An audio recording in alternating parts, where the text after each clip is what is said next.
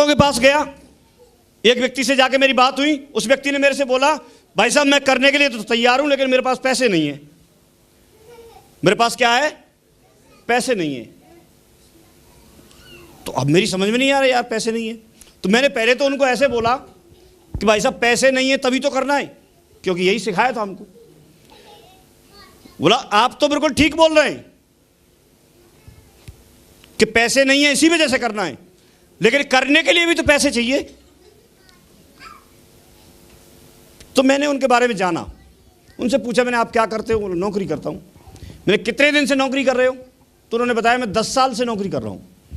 तो मुझे बड़ा अचंभा हुआ सुन करके, और मैंने उनको बताया कि आप 10 साल से नौकरी कर रहे हैं और 10 साल के बाद भी आपको यह बोलना पड़ रहा है कि मेरे पास 8,000 रुपये नहीं है, फिर ऐसी नौकरी करने से क्या फायदा? अगले भी 10 साल और निकल जाएंगे तो 20 साल बाद भी आप यही बोलोगे। तो जो व्यक्ति 10 साल की नौकरी करने के बाद 8,000 रुपये के लिए ऐसे बोल रहा है कि पैसे नहीं है, तो फिर उस नौकरी से कैसे जिंदगी बदल सकती है? क्या हम अपने बच्चों के भविष्य को बनाएंगे? क्या पढ़ाई कराएंगे? किस तरह के मकान में हम रहेंगे? किस तरह के सपने हम अपने बच्चों के पूरे करेंगे? तो मैंने उनको बताया कि आप एक काम कर सकते हैं, चाहते हैं जिंदगी बदलना? बोले हाँ चाहता हूं। मैंने कहा एक बार आप मैनेज कर लो, कोई इमरजेंसी आ जाती तो भी व्यक्ति कहीं ना कहीं से पैसा लेता है कि नहीं लेता है? यस और नो? तो उन्होंने पैसा लिया और काम शुरू कर दिया। तो इस तरह की चीजें तो बोलेंगे लोग। किसी ने मेरे से बोल दिया साहब 2 नहीं बने तो, मैं जब जाता था 2 नहीं बने तो ये सवाल बड़े अटपटे लगते थे शुरुआत में। हमने भी पूछे थे, फिर जा करके जब नए नए सवाल क्षेत्र में आते थे, फील्ड में आते थे, तो हम लोग अपने अपलाइन को जाके पूछते थे, तो सर ऐसे ऐसे लोग बोलते हैं। तो वहां मुझे एक नई बात बताई, हालांकि वो पुरानी थी। अपलाइन ने बोला कि सर यहां बनाने नहीं है, बने हुए घूम रहे, उन्हीं में से 2 जोड़ रहे। पंडित जी, मैंने उसको जाके फटकारा, मैंने बनाने नहीं है भाई, जो बने हुए उन्हीं में से लाना है। और बनाने के चक्कर में था, उनको तो फिर 18 साल लगते तब जुड़ते, बहुत लंबा समय हो जाता। तो ये बात क्लियर हो गई आपको? और बोले बने हुए तो ढेर सारे घूम रहे हैं, जनसंख्या अरबों में भाई साहब। और एक नहीं सुनेगा तो दूसरा सुनेगा, और दूसरा नहीं सुनेगा तो तीसरा सुनेगा। और इस बात को ठोक ठोक के ग्रेवाल सर ने समझा दिया था कि आप समझाओ किसी को, आए तो बेस्ट नहीं तो नेक्स्ट, आए तो बेस्ट नहीं तो नेक्स्ट। इस तरह से बोल बोल के समझा दिया था। तो ये ठोक ठोक के बात समझ में आ गई। उन्होंने बताया कि कोई व्यक्ति अगर नहीं जुड़ रहा है तो आप उसका बुरा मत मानो, क्योंकि बाकी का काम भी तो किसी को करना है। जब आप डायमंड बन जाओगे और आपको अगर सब्जी लेने की जरूरत पड़ी और सब्जी वाले के पास गए तो उसने बोला साहब मैं तो डायमंड बन गया, मैंने सब्जी बेचना छोड़ दिया, सब्जी कहां से खाओगे? जब आप सैलून में जाओगे और सैलून वाले से जैसे ही बोला भाई कुछ कराना है, बाल काट दे, और वो बोलेगा मैं तो साहब शेफ शॉप ज्वाइन कर लिया था, मैं तो डायमंड बन गया।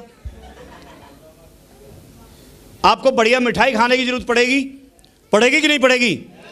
लेकिन मिठाई वाले के पास गए, उसकी दुकान बंद, बोर्ड लगा दिया साहब मैं तो डायमंड बन गया। तो अगर कोई व्यक्ति आपसे मना कर रहा है, इसका मतलब बाकी व्यवस्था भी तो संभालनी है कि नहीं संभालनी है? यस और नो? तो कुछ ही लोग हैं हमारे काम के, और उन तक हमको पहुंचना है, और उन तक पहुंचने के लिए उन्होंने एक प्रोसेस बताई कि हमारा जो बिजनेस है, हमारा बिजनेस सेम समुद्र में से मोती ढूंढने के काम जैसा है। जैसे हम मोती ढूंढते हैं, मोती कहां पर मिलता है? सीप में। और सीप कहां पर मिलती है? समुद्र में। लेकिन क्या मोती हर सीप में मिलता है? नहीं। जब हम मोती ढूंढेंगे तो सीप उठाएंगे, सीप उठाएंगे तो उसमें मोती है या नहीं, ये उसको उठाने के बाद पता चलेगा। तो ऐसे ही उन्होंने बताया कि वो व्यक्ति जुड़ेगा या नहीं, पहले उससे बात करने से पता चलेगा। अच्छा, अगर उसमें मोती है तो आप मोती निकाल के अलग रख लो और सीप साइड में डाल दो। लेकिन अगर सीप में मोती नहीं है तो और हमको मोती चाहिए तो क्या करना पड़ेगा? फिर सीप उठाएंगे। और दूसरी में भी नहीं है तो फिर क्या करेंगे? तीसरी उठाएंगे। और तीसरी में भी नहीं है तो फिर चौथी उठाएंगे। अगर हमको मोती चाहिए किसी भी हालत में तो हम जब तक उठाएंगे तब तक मोती, तो ये काम हम तब तक करेंगे जब तक कोई व्यक्ति नहीं जुड़ जाता, तब तक हम प्लान दिखाएंगे। और जैसे ही एक जुड़ गया तो फिर दूसरे को दिखाएंगे, फिर तीसरे को दिखाएंगे, और ऐसे दिखाते दिखाते दिखाते दिखाते दिखाते दिखाते काम करते करते आप यकीन नहीं मानोगे 5 लाख लोगों की टीम बन गई।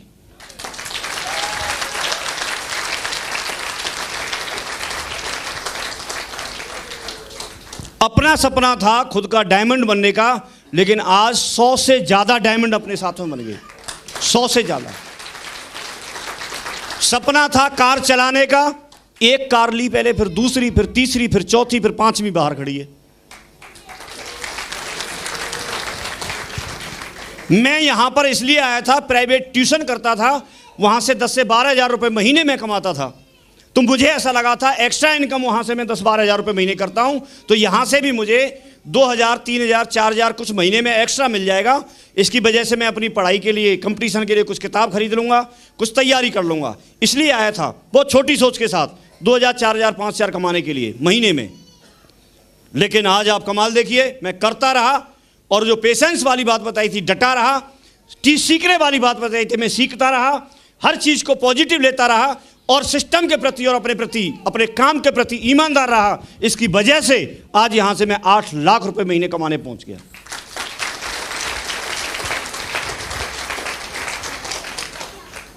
मेरा आपसे एक सवाल है, जब मेरे साथ हो सकता है, इन लोगों के साथ हो सकता है, तो आपके साथ क्यों नहीं हो सकता? हो सकता है कि नहीं हो सकता है? यस और नो? अगर मैंने उन बाहर के लोगों की परवाह की होती तो 8 लाख गए, बड़ी बड़ी कार गई, ये सम्मान गया। आप में से कोई व्यक्ति हमारा रिश्तेदार है? फिर आप क्यों सुन रहे हैं बैठ के? इसी का कमाल है, ये सब कुछ चला जाता।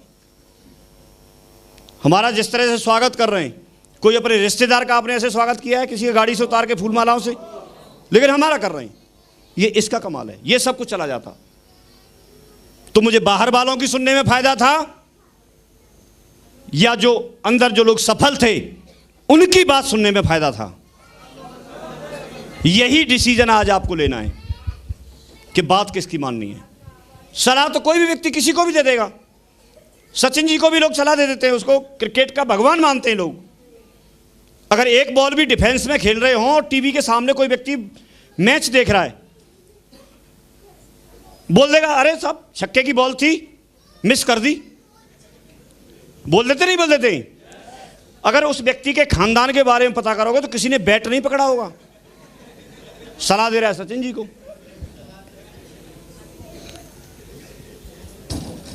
तो सलाह देने वाले लोग मिल जाएंगे। ऐसे काम चलते नहीं है, चलते नहीं है कि दौड़ते हैं। आए वो हमारे पास, दौड़ रहा है। ऐसे करोड़पति बनते नहीं हैं, बनते हैं हम खड़े ना, बनते हैं।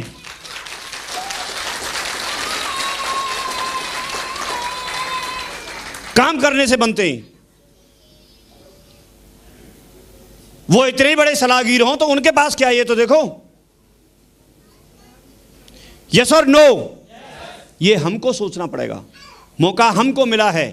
मुझे 2 चीजें लगती थी, बाहर वाला क्या बोल रहा है उससे फर्क नहीं पड़ता। मुझे ये बात लगती थी कि काम कैसा है उसमें मुझे विश्वास होना चाहिए, और उसके लिए, विश्वास के लिए मैंने यहां पर सारी चीजें, मैंने चेक देखे, उन लोगों से मिला, सब कुछ किया मैंने। आप मिलो, जो आपको लेके आए उससे पूछो। विश्वास के लिए आप जो कुछ भी करना चाहते हो करो, क्योंकि जब तक आपको विश्वास नहीं है तब तक आप किसी को मत छेड़ो, किसी को छेड़ना मत। लेकिन जिस दिन आपको विश्वास हो जाए उस दिन किसी को छोड़ना मत। घर में घुस घुस के जोड़ो उसको, छोड़ना मत किसी को। और विश्वास के लिए क्या चाहिए आपको? एक बार ग्रेवाल सर से पूछ लिया किसी ने, बोला सर मुझे विश्वास कैसे हो? तो उन्होंने बताया कि मेरा चेक आता है भाई, चेक की फोटोकॉपी दिखा देंगे, विश्वास कर लेना। चेक की फोटोकॉपी से अगर विश्वास नहीं हो तो हम ओरिजिनल चेक दिखा देंगे, उसको देख के विश्वास कर लो। ओरिजिनल चेक से अगर विश्वास नहीं हो तो हम आपको पासबुक दिखा देंगे, उसको देख के विश्वास कर लो। अकाउंट नंबर दे देंगे, उससे विश्वास कर लो। और इतने के बावजूद भी अगर विश्वास नहीं हो तो हम आपके कोनी तक हाथ जोड़ते हैं, आप जहां से आए थे वहीं चले जाओ। तो विश्वास करो आप। यहां पर ओरिजिनल है, जसवीर जी को छू छू के देखना, ओरिजिनल है। गाड़ी को छू के देख लेना, ओरिजिनल है। प्यार से छुओ, मगर प्यार से। तो विश्वास किया जा सकता है। हम लोग आप लोगों के बीच से हैं। यहां पर कई लोग बैठे, वो तो मेरे घर तक गए, जसवीर जी के घर तक गए। हम लोग भी पहले ऐसे ही थे, और जब हम ऐसे थे और ऐसे बन सकते हैं तो आप भी ऐसे हो, ऐसे बन सकते हो।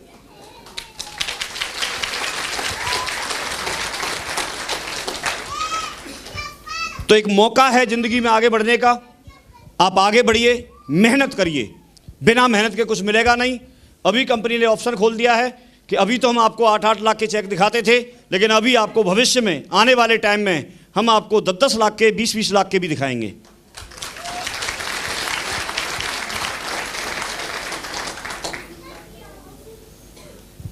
शुरुआत में काफ़ी सारे लोग मिले, मेरे दोस्त फ्रेंड थे, वो विश्वास नहीं करते थे। उनमें से काफ़ी सारे लोग, जब मैं डायमंड बना उस समय विश्वास किया। काफ़ी सारे लोग, फिर मैं एक कार लेके आया उसके बाद जुड़े, विश्वास किया। और फिर उसके बाद दूसरी कार लेके आए, उसके बाद विश्वास किया। तीसरी लेके आए, उसके बाद विश्वास किया। कई लोग हैं जिन्होंने अभी भी विश्वास नहीं किया, लेकिन टीम फिर भी 5 की बन गई, 5 लाख की बन गई, अभी भी विश्वास नहीं किया। तो अगर आप ये सोचो कि भाई वो मेरा रिश्तेदार नहीं जुड़ रहा, तो मेरे भी कई रिश्तेदार ऐसे हैं जो आज भी नहीं जुड़े, लेकिन क्या फर्क पड़ा उससे? क्या फर्क पड़ा? कोई फर्क नहीं पड़ा। अगर आपके अंदर जज्बा है, आप आगे बढ़ना चाहते हैं, आप मेहनत करके आगे बढ़ना चाहते हैं, तो ऊपर वाले का साथ होना चाहिए। जिस भी रूप में आप मानते हैं, ईश्वर, अल्लाह, गॉड, भगवान, जिस भी रूप में आप मानते हैं, सिर्फ उसका साथ लो, सिस्टम का साथ लो। आप जो करना चाहते हो उसमें सफल हो जाओगे आप। और वो साथ है तो सारी चीजें आपके साथ हैं, और वो साथ नहीं है तो फिर कोई साथ नहीं है। यस और नो?